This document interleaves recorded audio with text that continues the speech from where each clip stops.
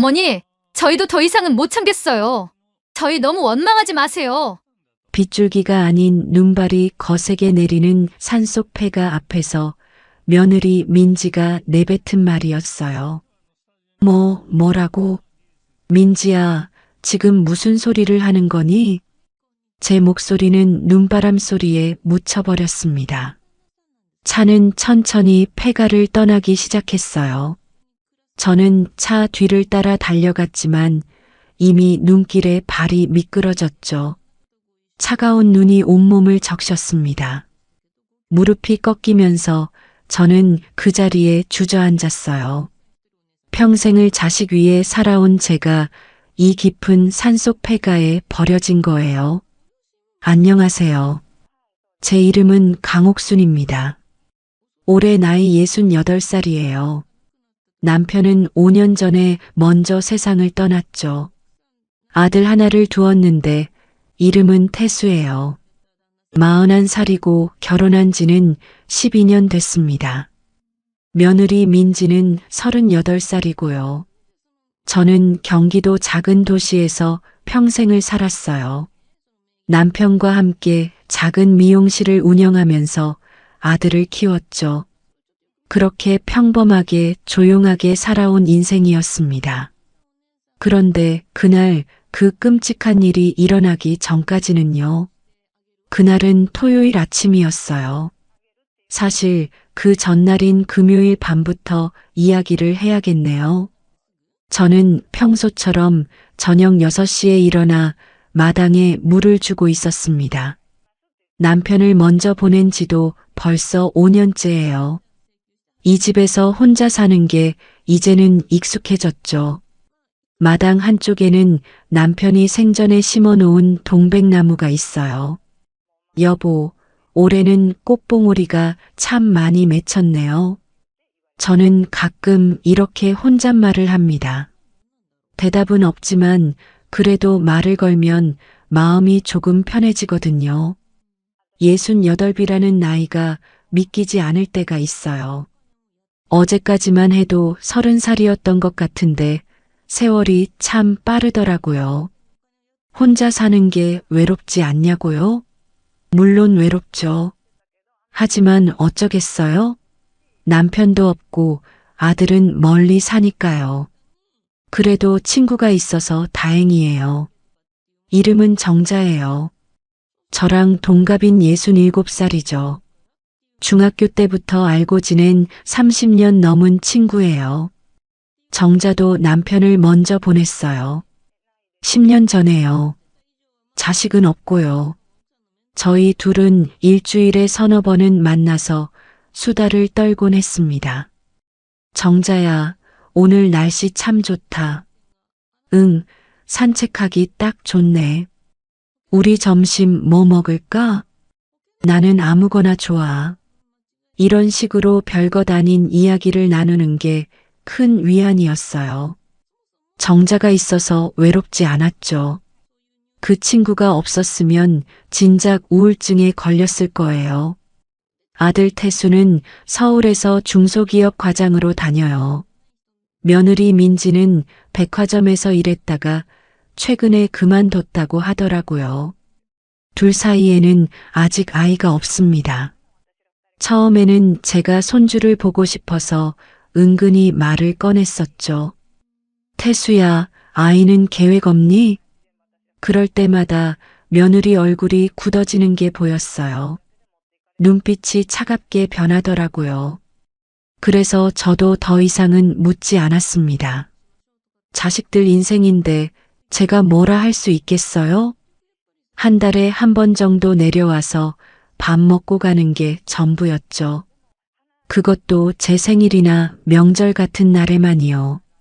전화는 일주일에 한 번 정도 왔어요. 엄마 잘 지내세요? 응. 엄마는 잘 있다. 몸은 괜찮으세요? 그래, 걱정 마라. 통화는 늘 3분을 넘기지 않았습니다.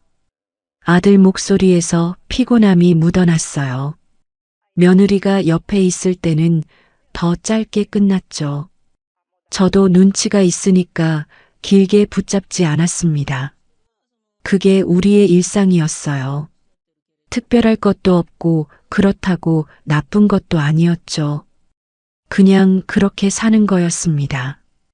정자한테 가끔 푸념을 했어요. 정자야, 요즘 애들은 다 그런가 봐. 바쁘니까 그렇지 뭐. 정자가 제 손을 잡아주곤 했죠. 옥순아, 너무 서운해하지 마. 그래도 전화라도 하잖아. 맞아. 그래도 연락은 하지. 그런데 지난 목요일이었어요. 태수한테서 전화가 왔죠. 저녁 8시쯤이었는데 평소보다 늦은 시간이었어요. 엄마 이번 주말에 시간 되세요? 응. 무슨 일인데? 저희가 내려가려고요. 엄마 모시고 온천 여행 좀 갔으면 해서요. 저는 깜짝 놀랐어요. 결혼하고 나서 아들이 먼저 여행을 제안한 건 처음이었거든요. 온천? 갑자기 웬 온천이니? 엄마 요즘 혼자 계시니까 심심하실 것 같아서요. 강원도 쪽에 좋은 데 있대요. 눈도 구경하시고요. 그래, 그럼 좋지. 토요일 아침에 모시러 갈게요.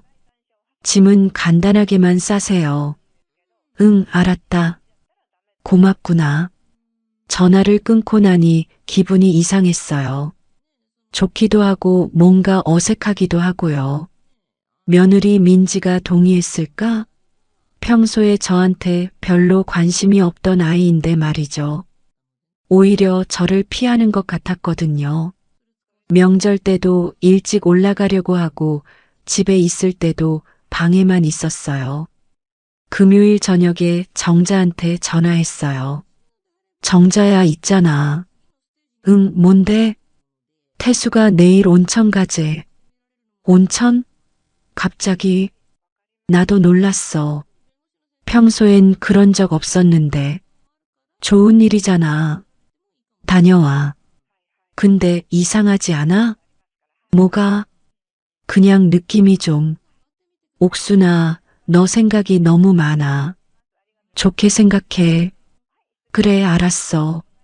전화를 끊고도 마음이 편치 않았어요. 하지만 기대를 했던 것도 사실이에요. 오랜만에 아들 내외와 함께 시간을 보낸다는 게 설레었거든요. 가방에는 간단히 옷 몇 벌과 세면도구만 챙겼어요. 그렇게 준비를 하면서 저는 생각했습니다. 오랜만에 가족끼리 좋은 시간 보내야지. 며느리한테도 좋은 모습 보여줘야지. 너무 늙은 티 내지 말고 밝게 웃어야지. 그런 생각들이 머릿속을 가득 채웠어요. 하지만 그게 함정인 줄은 꿈에도 몰랐습니다. 그날 밤 잠자리에 누웠지만 잠이 잘 오지 않았어요. 가슴이 두근거렸죠. 좋은 의미에서요. 아직은 말이에요. 토요일 아침 9시쯤이었어요. 아들 내외가 차를 몰고 왔죠. 저는 미리 나가서 대문 앞에서 기다리고 있었습니다. 검은색 승용차가 골목 안으로 들어오는 게 보였어요. 차가 멈추자 민지가 먼저 내렸습니다. 어머님 안녕하세요. 민지가 먼저 인사를 건넸어요. 평소보다 목소리 톤이 높았습니다. 웃는 얼굴도 평소와 달랐어요. 너무 밝아서 오히려 어색해 보였죠. 그래 왔구나. 네 엄마. 어서 타세요. 태수도 웃으면서 제 가방을 받아들었어요. 하지만 눈은 웃지 않았습니다. 뭔가 긴장한 것처럼 보였어요. 저는 뒷자리에 앉았습니다. 차 안 분위기는 평소와 달랐어요. 민지가 조수석에서 계속 웃으면서 이야기를 건넸거든요. 어머님, 오늘 가는 온천이요. 강원도 쪽인데 경치가 정말 끝내준대요. 그래. 거기 유명한 데니? 네. 요즘 사람들한테 인기래요. 노천탕도 있고요. 그럼 사람 많이 붐비겠네? 아니에요. 지금은 비수기라 괜찮을 거예요. 저는 고개를 끄덕였어요. 온천이라니 오랜만이네요. 남편이랑 신혼여행 때 간 게 마지막이었으니까요. 그게 벌써 40년도 더 됐네요. 민지는 계속 말을 이어갔습니다. 어머님, 요즘 건강은 어떠세요? 응, 괜찮아. 아침마다 산책도 하고 그래. 혼자 계시면 심심하시죠? 뭐 친구도 있고 괜찮아. 나이 들면 다 그렇지. 오늘은 저희가 제대로 모시고 갈게요. 민지의 말투가 이상하게 들렸어요. 너무 친절했거든요. 평소에는 저한테 이렇게 말을 많이 하지 않았는데 말이에요. 보통은 필요한 말만 짧게 하고 핸드폰만 보곤 했죠.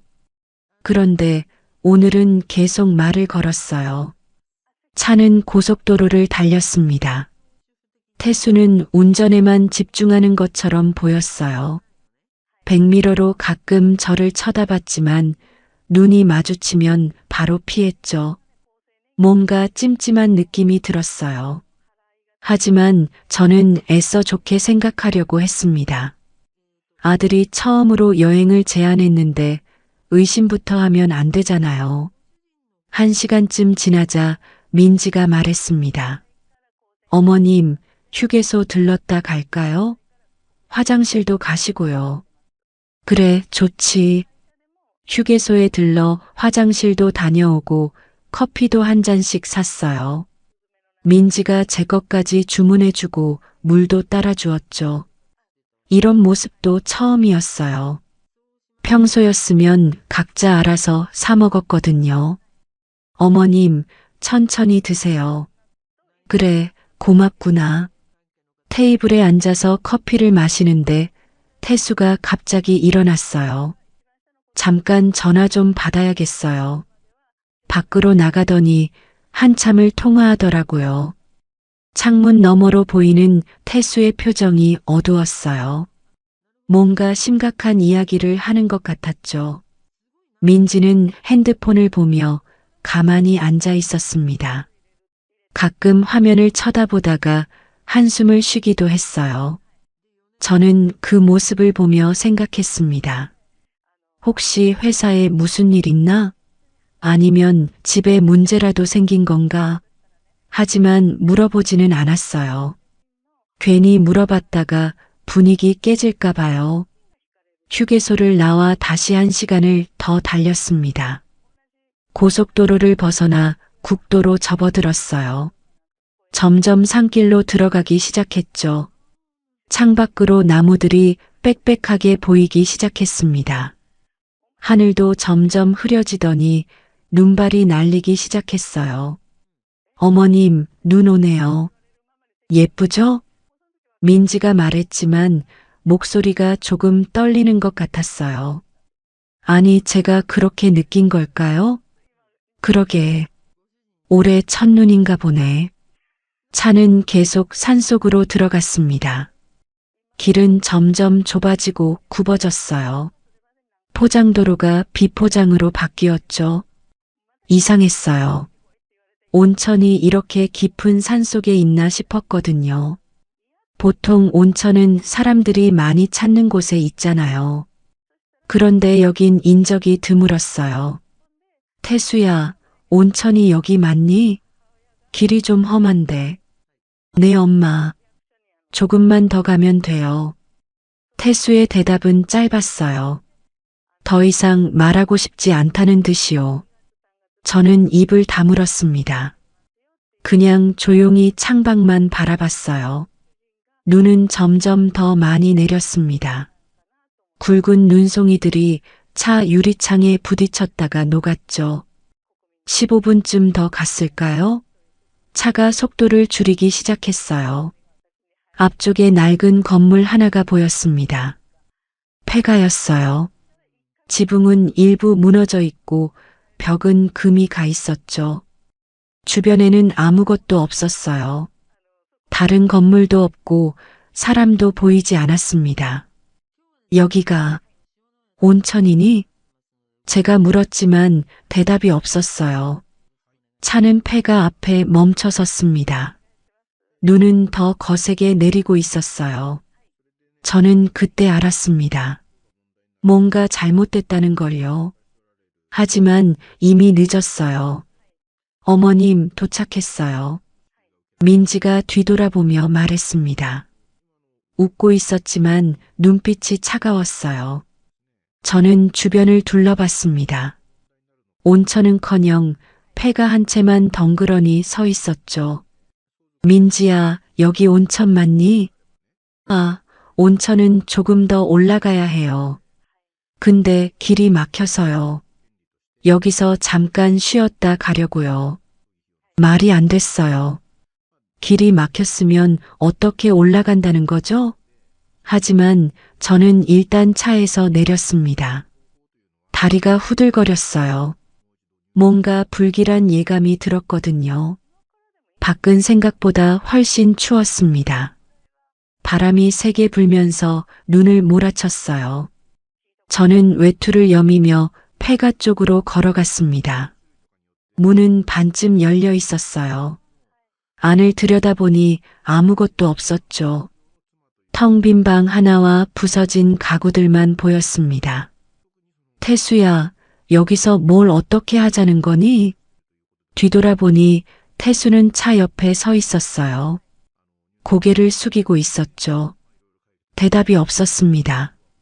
민지가 대신 입을 열었어요. 어머님, 저희 급한 일이 생겨서요. 여기서 잠깐만 계세요. 금방 다녀올게요. 뭐? 무슨 소리야? 민지는 제 가방을 폐가 앞에 내려놓았습니다. 그러고는 빠르게 차로 걸어갔어요. 저는 뭔가 이상하다는 걸 직감했습니다. 잠깐, 민지야. 저는 민지를 불렀지만 그녀는 이미 조수석에 올라타고 있었어요. 태수도 운전석으로 향했죠. 차 문이 닫히는 소리가 들렸습니다.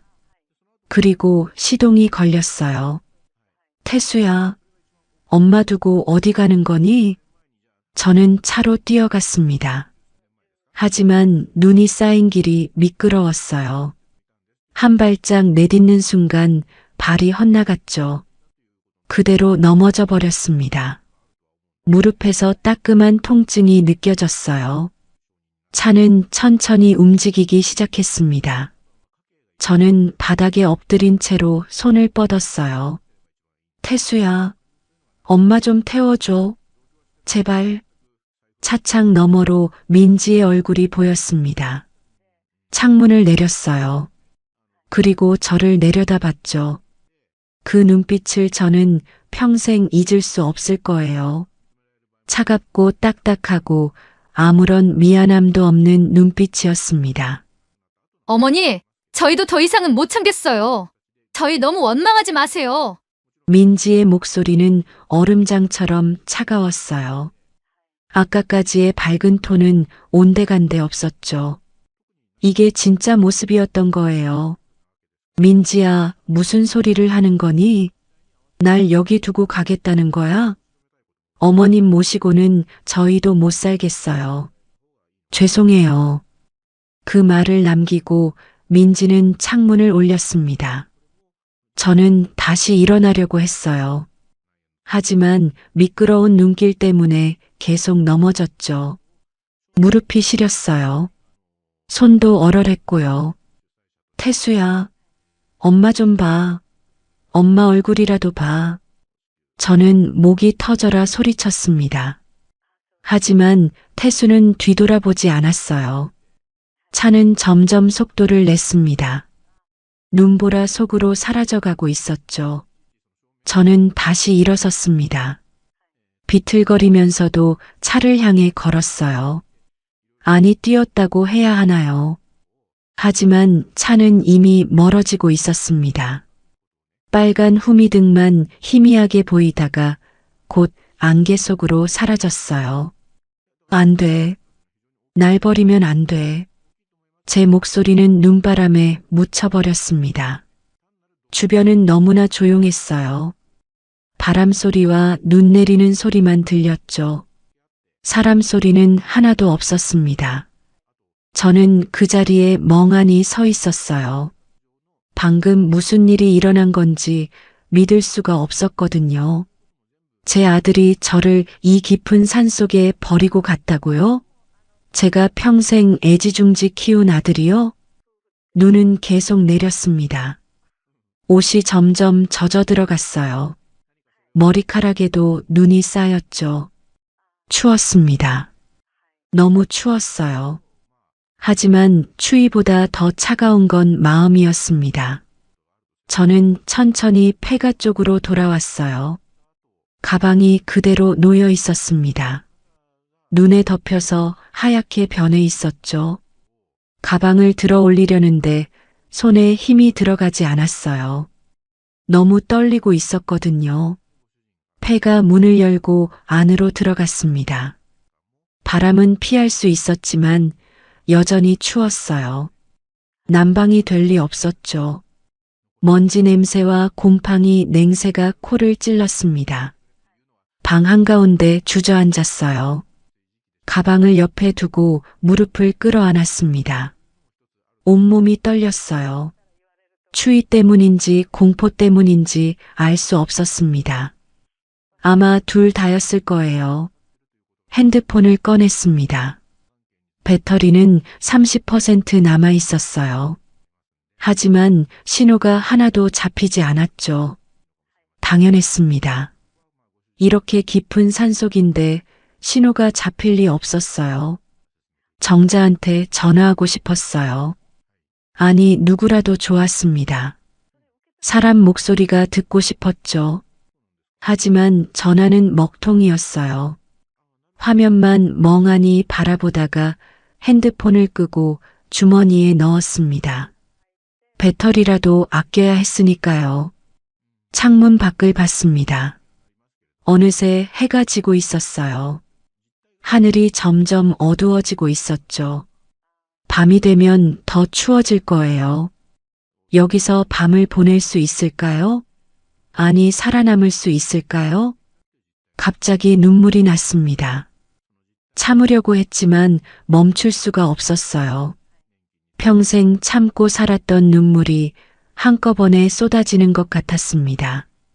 저는 소리내어 울었어요. 이 깊은 산속에서 아무도 들을 수 없다는 걸 알면서도요. 밤이 왔습니다. 생각보다 빨리 어둠이 찾아왔어요. 산속이라 그런지 해가 지자마자 칠흑같이 어두워졌죠. 저는 가방을 뒤져서 옷을 하나 더 꺼내 입었습니다. 하지만 소용없었어요. 추위는 옷을 뚫고 들어왔거든요. 폐가 안을 살펴봤어요. 방은 하나뿐이었습니다. 부엌이었던 것 같은 공간에는 녹슨 싱크대만 덩그러니 있었죠. 수도꼭지를 틀어봤지만 물은 나오지 않았어요. 당연했습니다. 이런 곳에 수도가 나올 리 없었죠. 구석에 낡은 이불 한 채가 있었어요. 곰팡이 냄새가 심하게 났지만 덥지 않으면 얼어 죽을 것 같았습니다. 저는 그 이불을 털어서 몸에 둘렀어요. 먼지가 날렸지만 어쩔 도리가 없었죠. 벽에 기대 앉았습니다. 무릎을 끌어안고 몸을 웅크렸어요. 배가 고팠습니다. 아침부터 휴게소에서 마신 커피 한 잔이 전부였거든요. 가방을 뒤져봤지만 먹을 건 아무것도 없었어요. 물 한 병만 있었죠. 물병을 열어 한 모금 마셨습니다. 차가운 물이 목으로 넘어갔어요. 배는 더 고파졌지만 물이라도 있어서 다행이었습니다. 내일까지 버텨야 하니까요. 아니, 내일이면 누가 올까요?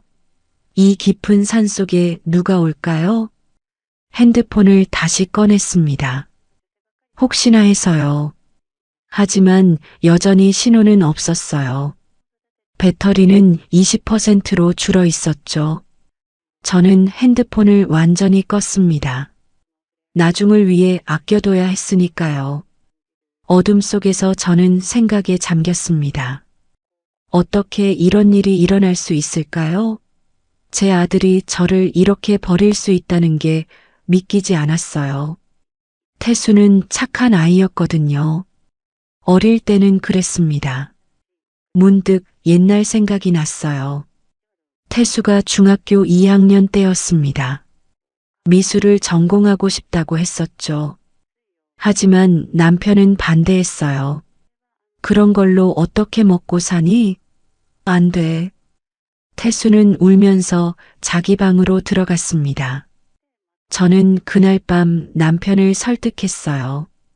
여보, 애가 하고 싶다는데 한번 시켜보는 게 어때요? 당신이 뭘 알아? 그런 거 배워서 나중에 굶어 죽으면 책임질 거야? 남편의 목소리는 단호했습니다. 하지만 저는 포기하지 않았어요. 매일 밤 남편을 졸랐죠. 일주일을 그렇게 보냈습니다. 결국 남편이 허락했어요. 알았어.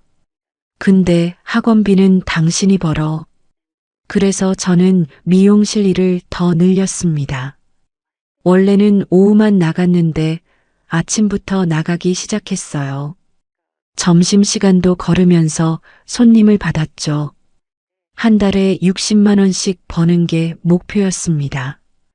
태수 미술학원비가 50만 원이었거든요. 허리가 아팠어요. 하루 종일 서서 일하다 보니 다리도 퉁퉁 부었죠. 저녁에 집에 오면 쓰러질 것 같았습니다.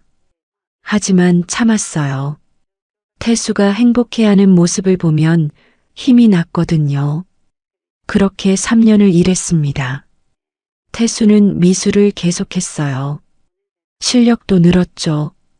선생님이 칭찬했습니다. 태수 어머니, 이 친구 재능 있어요. 예고 보내세요. 하지만 고등학교 1학년이 됐을 때였어요. 태수가 갑자기 말했습니다. 엄마, 나 미술 그만둘래. 왜? 넌 잘하잖아.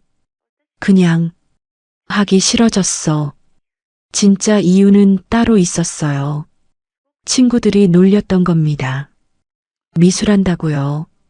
남자애가 그림 그린다고 놀렸죠. 태수는 그게 싫었던 거예요.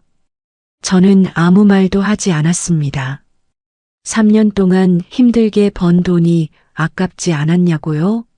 물론 아까웠죠. 하지만 뭐라 할 수 없었어요. 아이 인생이니까요. 또 다른 기억이 떠올랐습니다. 태수가 대학을 졸업하고 취직을 하던 해였어요. 작은 회사였지만 태수는 만족했습니다. 그리고 3년 후 민지를 만났죠. 처음 민지를 봤을 때 느낌이 좋지 않았어요. 웃는 얼굴이 억지스러웠거든요. 하지만 태수가 좋아하니까 저도 찬성했습니다. 결혼식을 올렸어요. 저는 축의금으로 1,000만 원을 줬습니다. 남편과 제가 평생 모은 돈의 절반이었어요. 태수야, 이걸로 신혼집 장만하렴. 고마워요, 엄마. 하지만 그게 마지막이었습니다. 그 후로 태수는 점점 저한테서 멀어졌어요. 전화도 뜸해졌고 방문도 줄었죠. 민지가 저를 싫어한다는 걸 알았습니다. 명절 때 오면 얼굴에 짜증이 가득했으니까요. 그리고 5년 전이었습니다. 남편이 세상을 떠났어요. 뇌출혈이었습니다. 아침에 일어나지 않더니 그대로였죠. 구급차를 불렀지만 이미 늦었어요. 장례식장에서 태수를 만났습니다. 하지만 태수는 저를 위로하지 않았어요. 그저 절차만 처리했죠. 문상객들 맞이하고 음식 주문하고요. 감정은 하나도 없어 보였습니다. 3일장을 마치고 집으로 돌아올 때였어요. 태수가 말했습니다. 엄마, 이제 저희 가봐야 해요. 벌써? 오늘은 같이 있어주면 안 되니? 안 돼요. 내일 회사 가야 해요. 민지는 옆에서 핸드폰만 보고 있었습니다. 한마디도 없었어요. 저는 혼자 남았습니다. 텅 빈 집에서 남편의 빈자리를 바라보며 울었죠. 그때부터였습니다. 제가 정말로 혼자라는 걸 깨달은 게요. 남편도 없고 아들도 없었어요. 정자만 있었죠. 정자가 매일 찾아와서 밥을 해줬습니다. 곁에 있어줬어요. 옥순아, 울지 마. 내가 있잖아. 정자의 손을 잡고 많이 울었습니다. 그 친구가 없었으면 저는 어떻게 됐을까요? 지금 이 순간도 똑같습니다. 저는 혼자예요. 차가운 폐가 안에서 몸을 떨고 있죠. 아무도 없습니다. 구해줄 사람도 없어요. 태수는 저를 버렸습니다. 제가 평생 희생하며 키운 아들이 저를 이 산속에 버리고 갔어요. 눈물이 또 났습니다. 이번에는 참지 않았어요. 실컷 울었습니다. 목이 쉬도록 울었죠. 왜 이렇게 됐을까요? 제가 뭘 잘못한 걸까요? 하느님, 제가 뭘 잘못했나요? 대답은 없었습니다. 바람 소리만 들렸죠. 창문 틈으로 들어오는 찬바람이 온몸을 훑고 지나갔어요. 저는 이불을 더 꽉 감싸 쥐었습니다. 밤은 깊어갔습니다. 추위는 더 심해졌어요. 이불로 몸을 감싸도 소용없었죠. 이를 떨면서 저는 아침이 오기를 기다렸습니다. 제발 살아서 아침을 맞이할 수 있기를 간절히 바라면서요. 어느 순간 잠이 들었던 것 같아요. 얼마나 잤는지는 모르겠습니다. 눈을 떴을 때는 여전히 어두웠어요. 하지만 창문 너머로 희미하게 밝아지는 게 보였습니다. 새벽이 오고 있었어요. 저는 살아 있었습니다. 기적처럼요. 아침이 밝았습니다. 창문 틈으로 들어오는 햇살에 눈을 떴어요. 온몸이 뻐근했습니다. 목도 아프고 허리도 아팠죠. 하지만 살아 있었어요. 그것만으로도 감사했습니다. 폐가 밖으로 나갔습니다. 눈이 엄청나게 쌓여 있었어요. 무릎까지 올라올 정도였죠. 발을 한 걸음 내딛자 푹 빠졌습니다. 걷기가 힘들었어요. 하지만 여기 계속 있을 수는 없었죠. 주변을 둘러봤습니다. 어제 차가 갔던 방향을 찾아보려고요. 하지만 눈 때문에 길이 어디인지 알 수가 없었어요. 모든 게 하얗게 뒤덮여 있었습니다. 사람 없어요? 누구 없나요? 소리쳐봤지만 대답이 없었어요. 산 메아리만 돌아왔죠. 저는 일단 걷기 시작했습니다.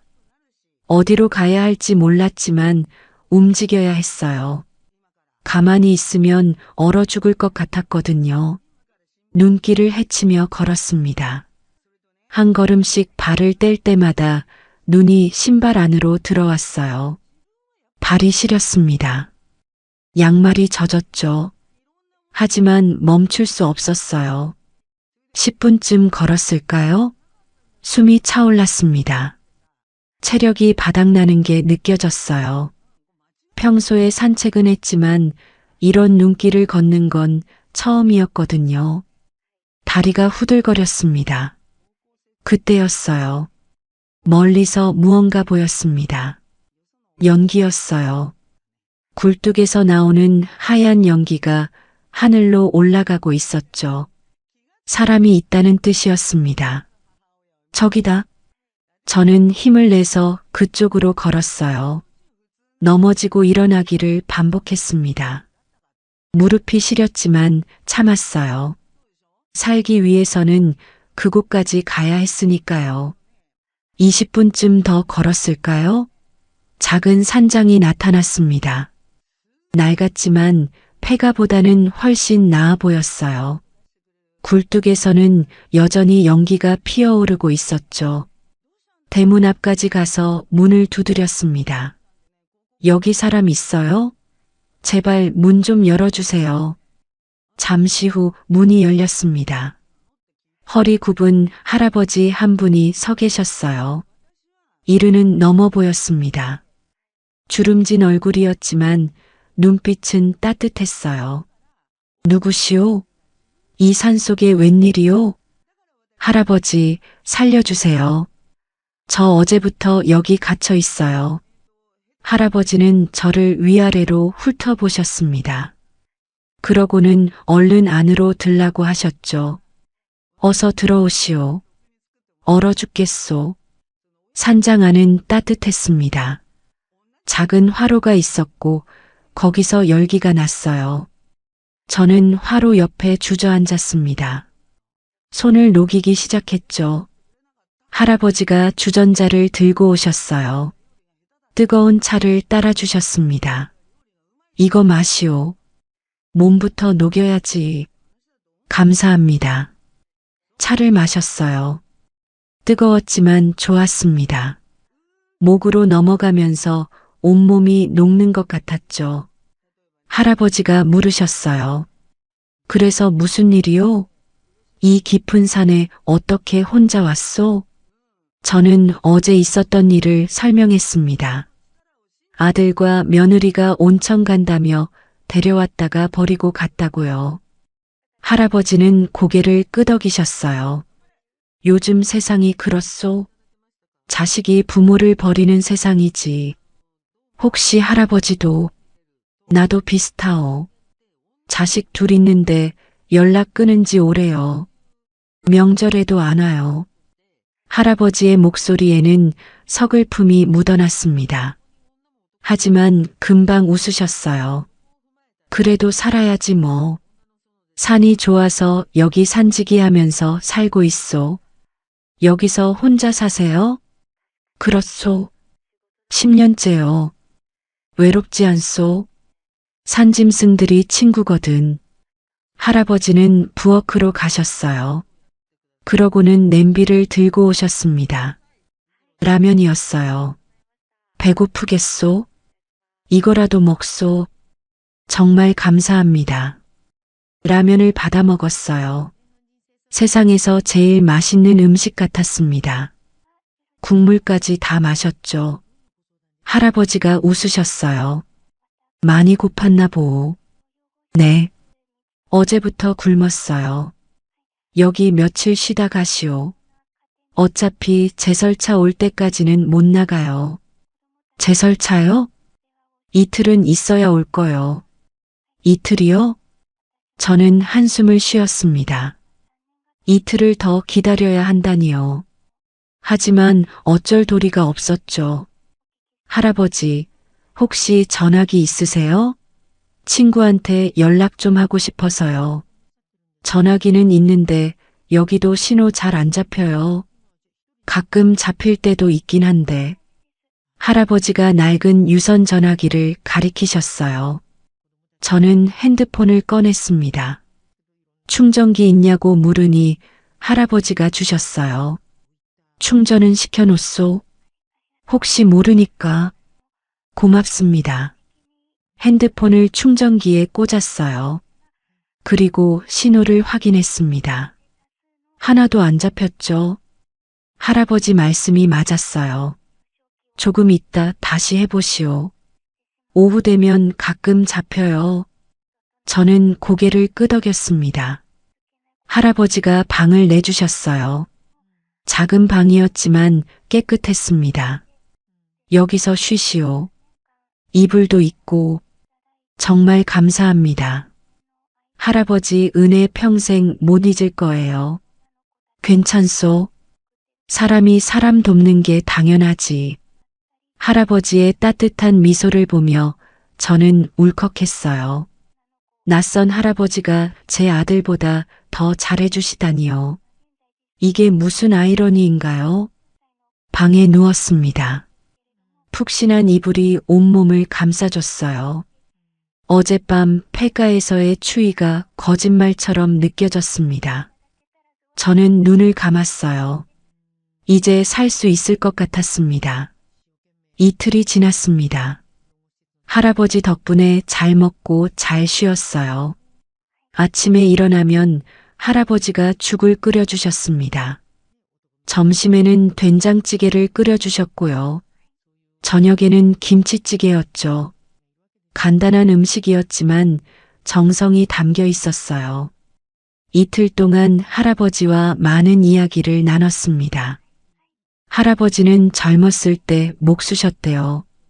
평생 집을 짓고 사셨죠. 은퇴하고 나서 이 산으로 오셨다고 했어요. 자식들이 바쁘다고 하더라고. 그래서 나도 여기 와서 조용히 사는 거요. 외롭지 않으세요? 외롭지. 근데 어쩌겠소? 자식들한테 짐이 되고 싶지 않아요. 할아버지 말씀을 듣고 가슴이 아팠습니다.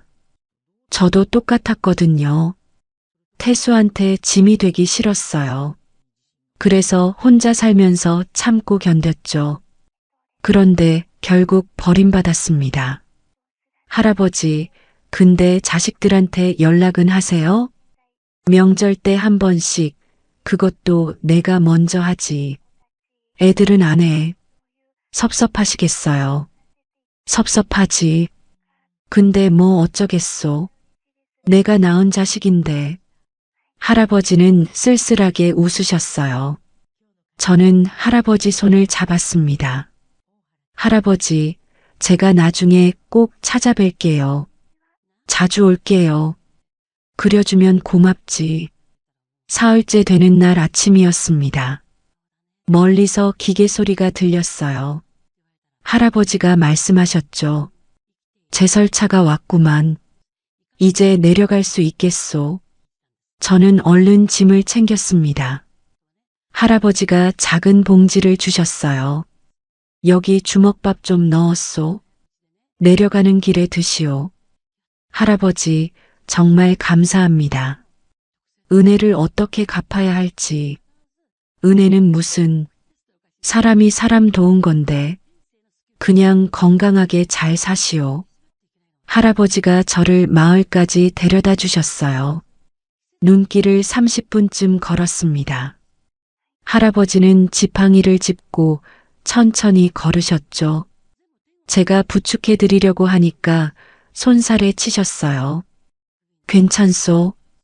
이 정도는 나도 할 수 있어. 마을에 도착했습니다. 작은 버스 정류장이 있었어요.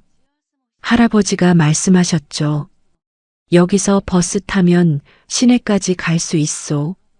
1시간에 한 대씩 와요. 할아버지, 정말 고맙습니다. 꼭 다시 올게요. 그려주시오. 기다리고 있겠소. 할아버지는 손을 흔들며 돌아가셨어요. 저는 할아버지 뒷모습을 한참 바라봤습니다. 저렇게 좋은 분을 자식들이 버렸다니요. 세상이 참 야속하다는 생각이 들었어요. 핸드폰을 꺼냈습니다. 신호가 잡혔어요. 3칸이나 떴죠. 얼른 정자한테 전화했습니다. 여보세요? 정자야?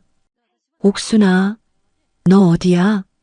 연락이 안 돼서 미칠 뻔했잖아. 정자 목소리에서 걱정이 묻어났어요. 저는 울컥했습니다. 정자야, 왜 그래? 무슨 일 있어? 나 좀 데리러 와줘. 제발. 어디야? 지금 어디 있는데? 위치를 설명했습니다. 강원도 산골 마을이라고요.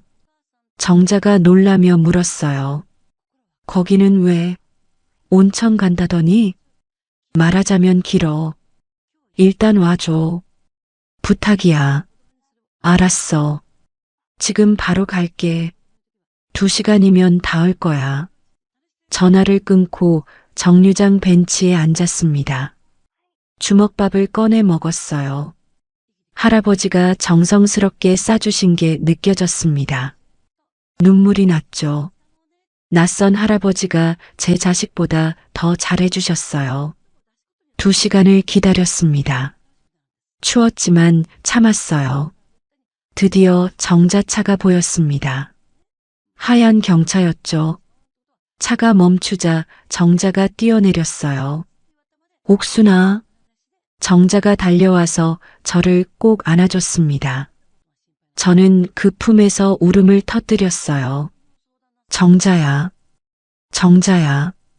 왜 이래? 무슨 일이야? 말해봐. 차에 타고 나서 모든 걸 설명했습니다. 태수와 민지가 저를 산속에 버리고 갔다고요. 폐가에서 밤을 보냈고 산지기 할아버지 덕분에 살았다고요. 정자는 듣는 내내 얼굴이 굳어 있었어요. 주먹을 불끈 쥐더니 소리쳤습니다. 그 나쁜 것들, 어떻게 사람을 산에버려? 미쳤나? 정자야, 진정해. 진정이 돼? 너 죽을 뻔했잖아.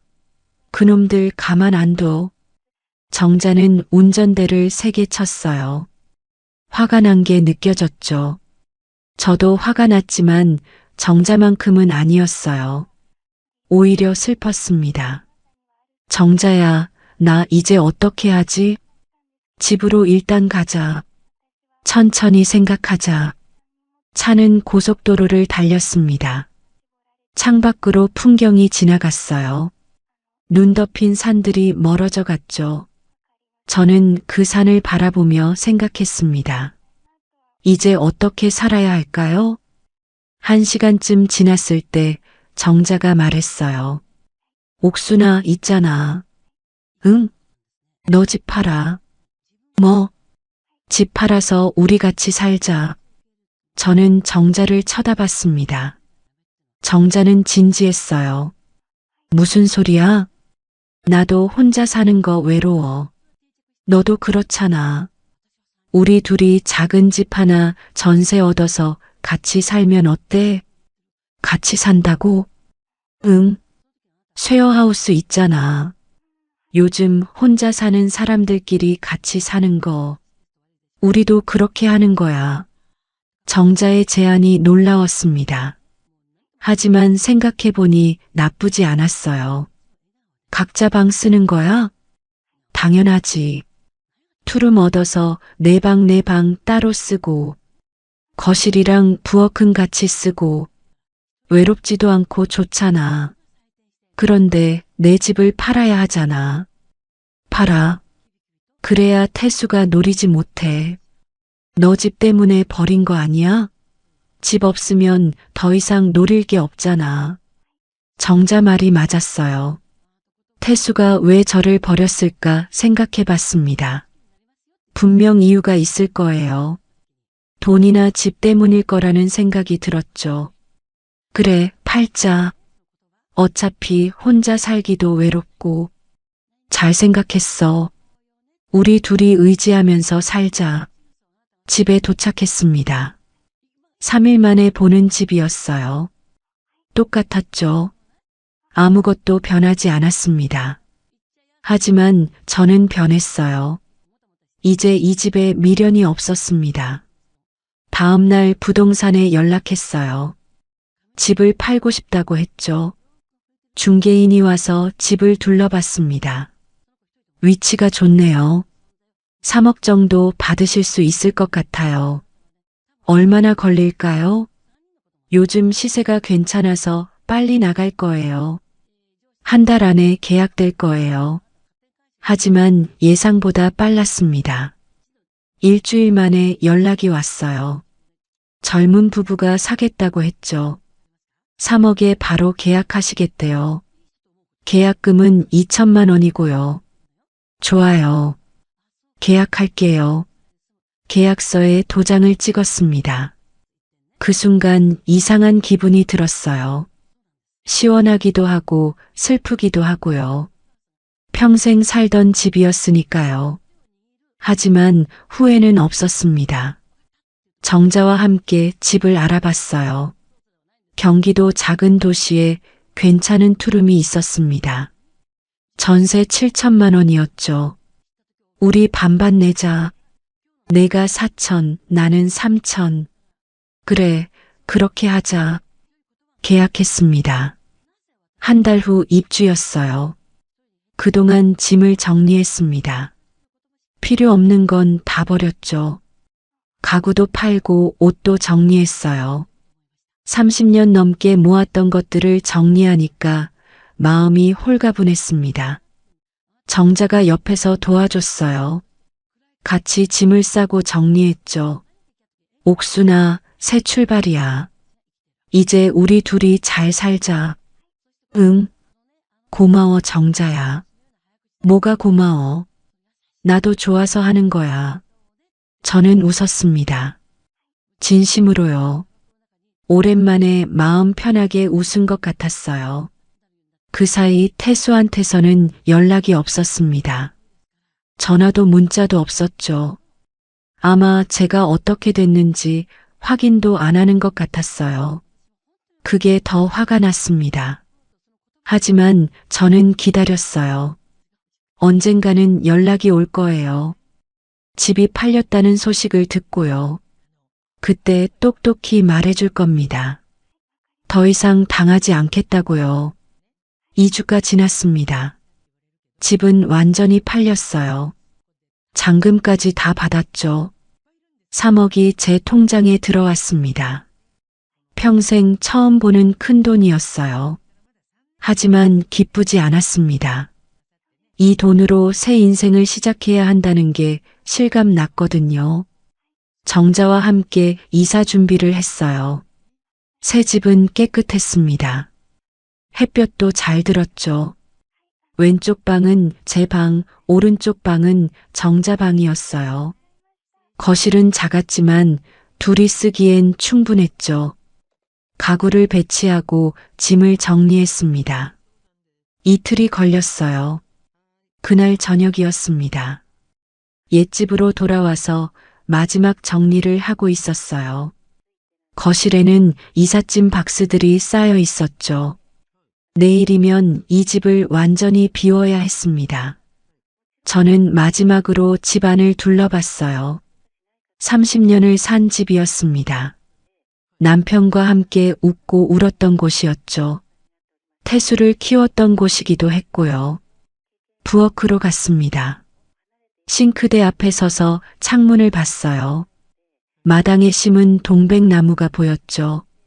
남편이 심었던 나무였습니다. 꽃은 이제 다 졌어요. 앙상한 가지만 남아 있었죠. 저처럼요. 그때였습니다. 현관문을 두드리는 소리가 들렸어요. 노크 소리가 급했습니다. 다급하게 두들기는 소리였죠. 누굴까요? 정자는 아니었어요. 정자는 열쇠가 있었으니까요. 문을 열었습니다. 태수였어요. 심장이 철렁 내려앉았습니다. 3주 만에 보는 아들이었죠. 옆에는 민지도 서 있었습니다. 두 사람 모두 얼굴이 창백했어요. 태수의 눈은 충혈돼 있었고 민지의 입술은 파리했죠. 저는 한 발짝 뒤로 물러섰습니다. 본능적으로요. 이 사람들이 무서웠어요. 저를 산에 버린 사람들이었으니까요. 태수가 한 걸음 다가왔습니다. 저는 또 한 걸음 물러섰어요. 태수가 멈춰 섰습니다. 제 반응을 본 거죠. 어머니가 자신을 무서워한다는 걸 알아챈 겁니다. 태수 얼굴이 일그러졌어요. 뭔가 말하려는 것 같았지만 입이 열리지 않았죠. 그냥 서 있었습니다. 민지가 먼저 안으로 들어왔어요. 제 허락도 받지 않고요. 거실로 들어선 민지는 주변을 둘러봤습니다. 이삿짐 박스들을 보더니 얼굴이 굳어졌어요. 태수도 따라 들어왔습니다. 그리고 텅 빈 집을 바라봤죠. 저는 문을 닫았습니다. 그리고 두 사람과 거리를 두고 섰어요. 등 뒤에 벽이 있어야 안심이 됐거든요. 이상했습니다. 제 아들인데 무서웠어요. 제 며느리인데 경계하게 됐죠. 태수가 입을 열었습니다. 목소리가 떨리고 있었어요. 엄마. 한 단어였습니다. 하지만 그 안에 많은 감정이 담겨 있었죠. 죄책감, 두려움, 후회. 저는 아무 대답도 하지 않았어요. 그냥 바라만 봤습니다. 민지가 박스를 가리켰습니다. 이사 가세요? 저는 고개를 끄덕였어요. 민지 얼굴에서 핏기가 싹 가셨습니다. 집 팔았어요? 다시 고개를 끄덕였습니다. 민지가 비틀거렸어요. 옆에 있던 태수가 부축했죠. 두 사람은 서로를 바라봤습니다. 뭔가 눈빛을 주고받았어요. 제가 모르는 대화를 하고 있는 것 같았죠. 태수가 소파로 다가갔습니다. 앉으려는 듯 했어요. 하지만 멈춰 섰습니다. 제 눈치를 본 거죠. 저는 여전히 벽에 등을 대고 서 있었습니다. 앉으라고 하지 않았어요. 침묵이 흘렀습니다. 긴 침묵이었어요. 누구도 말을 하지 않았죠. 시계 초침 소리만 들렸습니다. 째깍째깍. 그 소리가 유난히 크게 들렸어요. 태수가 무릎을 꿇었습니다. 갑자기요. 털썩 소리가 났어요. 마루 바닥에 무릎을 대고 앉은 거죠. 머리를 숙였습니다. 죄송합니다. 작은 목소리였습니다. 하지만 또렷했어요. 저는 그 모습을 내려다봤습니다. 제 아들이 제 앞에 무릎 꿇고 있었어요. 예전 같았으면 얼른 일으켜 세웠을 겁니다. 하지만 지금은 아니었죠. 민지도 따라서 무릎을 꿇었습니다. 마지못해 하는 것 같았어요. 얼굴에 짜증이 스쳐 지나갔죠. 하지만 어쩔 수 없다는 표정이었습니다. 어머님, 저희가 잘못했어요. 민지의 말이었습니다. 하지만 진심은 느껴지지 않았어요. 그냥 형식적인 사과였죠. 저는 여전히 아무 말도 하지 않았습니다. 태수가 고개를 들었어요. 눈물이 흘러내리고 있었습니다. 콧물도 흘렀죠. 보기 흉한 모습이었어요. 하지만 저는 동정하지 않았습니다. 태수 입이 떨렸습니다. 뭔가 말하려고 애쓰는 게 보였어요. 하지만 목이 메었는지 소리가 나오지 않았죠. 그는 바닥에 이마를 댔습니다. 절을 하는 것 같았어요. 저는 그 모습을 보며 생각했습니다. 이게 제 아들인가? 저를 산에 버린 사람이 맞나? 지금 무릎 꿇고 있는 이 사람이 제가 낳은 아들이 맞나? 믿기지 않았습니다. 제가 알던 태수가 아니었어요. 아니, 어쩌면 제가 모르고 있었던 걸지도 몰라요. 태수의 진짜 모습을요. 민지가 가방을 뒤졌습니다. 뭔가를 꺼냈어요. 서류 뭉치였죠. 저에게 내밀었습니다. 이거 빚 독촉장이에요. 4,500만 원이요. 저는 받지 않았어요. 그냥 내려다만 봤죠. 민지가 계속 말했습니다. 태수 오빠가 회사 후배 보증 서줬다가 후배가 잠적했어요. 2천만 원이요. 목소리에 절박함이 묻어났습니다. 하지만 저는 반응하지 않았어요. 그리고 제 빚이 2,500만 원이에요. 백화점 다닐 때 카드를 좀 많이 써서요. 사치했다는 얘기였죠. 명품 가방, 비싼 옷, 친구들과의 여행. 그런 것들에 쓴 돈이었을 거예요. 저는 여전히 말이 없었습니다. 민지 목소리가 높아졌어요. 그래서 어쩔 수 없었어요. 이 빚을 갚으려면 이 집밖에 없었다고요. 고함이었습니다. 저는 움찔했어요. 민지가 일어섰습니다. 저에게 다가왔죠. 저는 뒤로 물러섰습니다. 등이 벽에 닿았어요. 더 이상 물러날 곳이 없었죠. 어머님도 어차피 혼자 사시잖아요. 이 큰 집에 혼자서 뭐 하세요? 저희 주면 되잖아요. 민지 얼굴이 일그러졌습니다. 본색이 드러나고 있었어요. 더 이상 착한 며느리 연기는 없었죠. 어머님이 돌아가시면 어차피 저희 거예요. 미리 받는 게 뭐가 잘못됐어요? 제 숨이 가빠졌습니다. 심장이 빠르게 뛰었어요. 이 사람이 무서웠습니다. 저를 죽이고 싶어 하는 눈빛이었어요. 태수가 벌떡 일어났습니다. 민지를 붙잡았죠. 민지야, 그만해. 하지만 민지는 멈추지 않았어요. 왜요? 사실이잖아요. 어머님 때문에 우리가 망하는 거예요. 입 닥쳐. 태수가 소리쳤습니다. 처음 보는 모습이었어요. 태수가 민지에게 소리치는 걸 처음 봤죠. 민지도 놀란 것 같았어요. 입을 다물었습니다. 태수가 저를 봤어요. 눈물 범벅이 된 얼굴이었죠. 엄마, 저희가 미쳤었어요. 정신이 없었어요. 저는 입을 열었습니다. 처음으로요. 그래서 날 죽이려고 했구나. 목소리가 낮았습니다. 차갑게 가라앉은 목소리였어요. 아니에요. 그런 게 아니에요. 그럼 뭐니? 날 산에 버린 게 뭐니? 태수는 대답하지 못했습니다. 할 말이 없었던 거죠. 저는 계속 말했어요. 너희는 내가 거기서 죽기를 바랐어. 아니면 최소한 다치기를. 그럼 너희가 날 요양원에 보낼 명분이 생기니까. 엄마, 요양원 보내고 이 집 팔아서 빚 갚으려고 했지? 침묵이었습니다. 부정하지 않았어요. 제 말이 맞다는 거였죠. 저는 웃었습니다. 비웃음이었어요. 잘 생각했네. 그런데 한 가지 계산 착오가 있었어.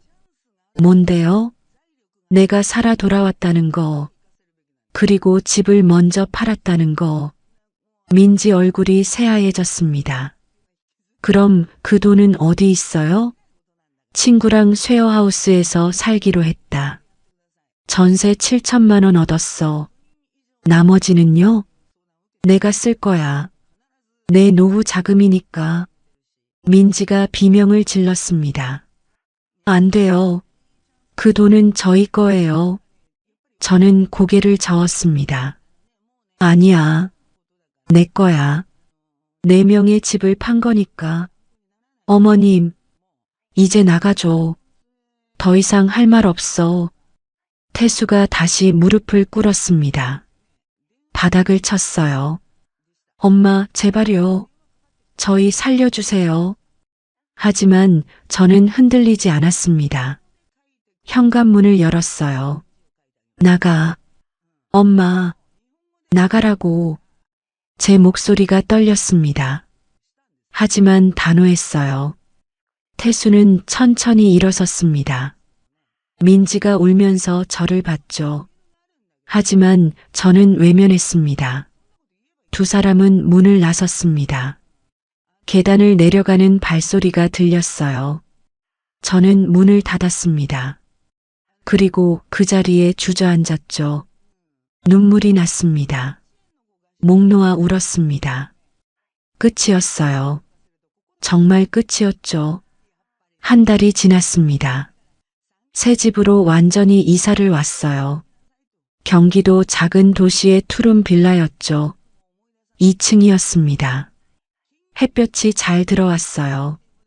베란다에서는 작은 공원이 보였죠. 이사 날 아침이었습니다. 이삿짐 차가 도착했어요. 짐이 생각보다 많지 않았습니다. 정자와 저는 각자 필요한 것만 가져왔거든요. 나머지는 다 정리했죠. 짐을 나르는 걸 도와주던 기사 아저씨가 말했어요. 어머님들 같이 사시나 봐요? 네, 친구예요. 요즘 이렇게 사는 분들 많더라고요. 좋으시겠어요. 기사 아저씨는 웃으며 짐을 날랐습니다. 저는 정자를 봤어요. 정자도 저를 보며 웃었죠. 그래요. 우리는 이제 가족이었습니다. 짐 정리는 이틀이 걸렸어요. 왼쪽 방은 제 방으로 꾸몄습니다. 작은 침대와 옷장을 놓았어요. 창가에는 화분을 두었죠. 오른쪽 방은 정자 방이었습니다. 정자는 책을 좋아해서 작은 책장을 가져왔어요. 거실에는 작은 식탁을 놓았습니다. 두 명이 앉기 딱 좋은 크기였어요. 소파도 하나 샀죠. 낡았지만 편한 소파였습니다. 부엌에는 냄비며 그릇들을 정리했어요. 첫날 저녁을 함께 만들었습니다. 저는 된장찌개를 끓였어요. 정자는 생선을 구웠죠. 밥을 짓고 김치를 꺼냈습니다. 상을 차리고 마주 앉았어요.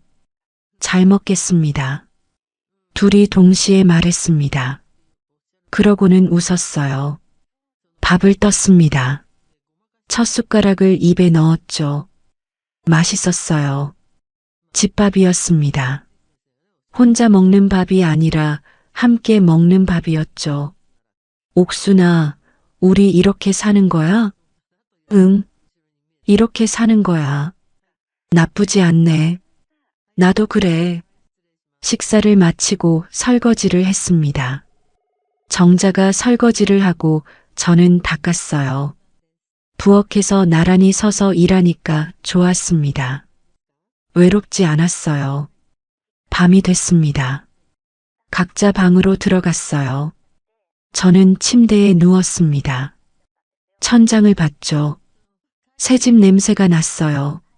아니, 새 삶의 냄새였을까요? 핸드폰을 봤습니다. 태수한테서 문자가 와 있었어요. 3일 전에 온 거였죠. 엄마, 죄송합니다. 연락 기다리겠습니다. 저는 답장하지 않았습니다. 아직은 때가 아니었어요. 핸드폰을 내려놓고 눈을 감았습니다. 시간이 흘렀습니다. 석 달이 지났어요. 저와 정자는 완전히 적응했습니다. 아침마다 함께 산책을 나갔어요. 공원을 한 바퀴 도는 게 우리의 일과였죠. 옥순아, 저기 개나리 폈다. 정말? 벌써 봄이네. 그러게. 빠르다. 산책을 마치고 돌아오면 아침을 먹었습니다. 저는 주로 죽을 끓였어요. 나이가 드니까 죽이 소화가 잘 됐거든요. 정자도 좋아했죠. 오전에는 각자 시간을 보냈습니다. 저는 책을 읽거나 텔레비전을 봤어요. 정자는 뜨개질을 했죠. 점심때가 되면 같이 시장에 갔습니다. 오늘은 뭐 해 먹을까? 나는 아무거나 좋아. 그럼 김치찌개 어때? 좋지. 시장에서 돼지고기랑 두부를 샀어요. 파도 한 단 사고요. 집으로 돌아와 함께 요리했습니다. 정자가 고기를 볶고 저는 두부를 썰었어요. 김치찌개가 끓는 소리가 정겹게 들렸죠. 점심을 먹고 나면 설거지를 했어요. 그리고 낮잠을 잤습니다. 30분 정도요. 일어나면 오후였죠. 오후에는 동네를 돌아다녔어요. 경로당에도 가고 복지관에도 갔습니다. 거기서 다른 어르신들을 만났어요. 친구가 생기기 시작했죠. 저희는 강옥순, 이정자예요. 아, 새로 오신 분들이시구나. 반가워요. 은숙 씨, 현숙 씨, 명희 씨. 비슷한 나이의 할머니들이었어요. 모두 혼자 사는 분들이었죠. 우리는 금방 친해졌습니다.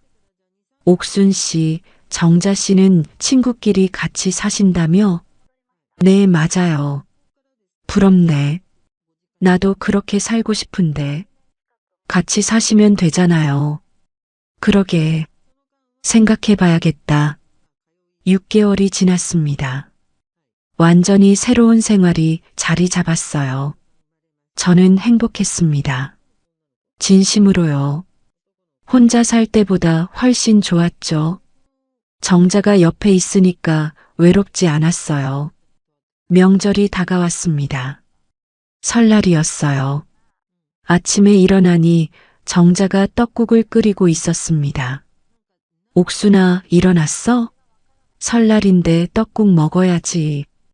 그러게. 고마워. 상을 차렸습니다. 떡국이며 전이며 정갈하게 차렸어요. 둘이서 마주 앉았죠. 새해 복 많이 받아. 너도. 잔을 부딪혔습니다. 물이었지만 기분이 좋았어요. 떡국을 한 숟갈 떴습니다. 국물이 뜨거웠죠. 하지만 맛있었어요. 핸드폰이 울렸습니다. 태수였어요. 저는 전화를 받았습니다. 엄마, 새해 복 많이 받으세요. 그래, 너도. 엄마, 건강하시죠? 응, 괜찮아. 정자 이모님께도 인사드리고 싶은데. 알았어. 나중에 전해줄게. 엄마, 끊는다. 전화를 끊었습니다. 2분 정도면 충분했어요. 더 이상도 덜하지도 않게요. 정자가 저를 봤습니다. 태소? 응. 괜찮아? 응. 이제 괜찮아. 봄이 왔습니다. 공원에 벚꽃이 피었어요. 저와 정자는 산책을 나갔습니다. 꽃이 정말 예뻤죠. 바람이 불 때마다 꽃잎이 날렸어요.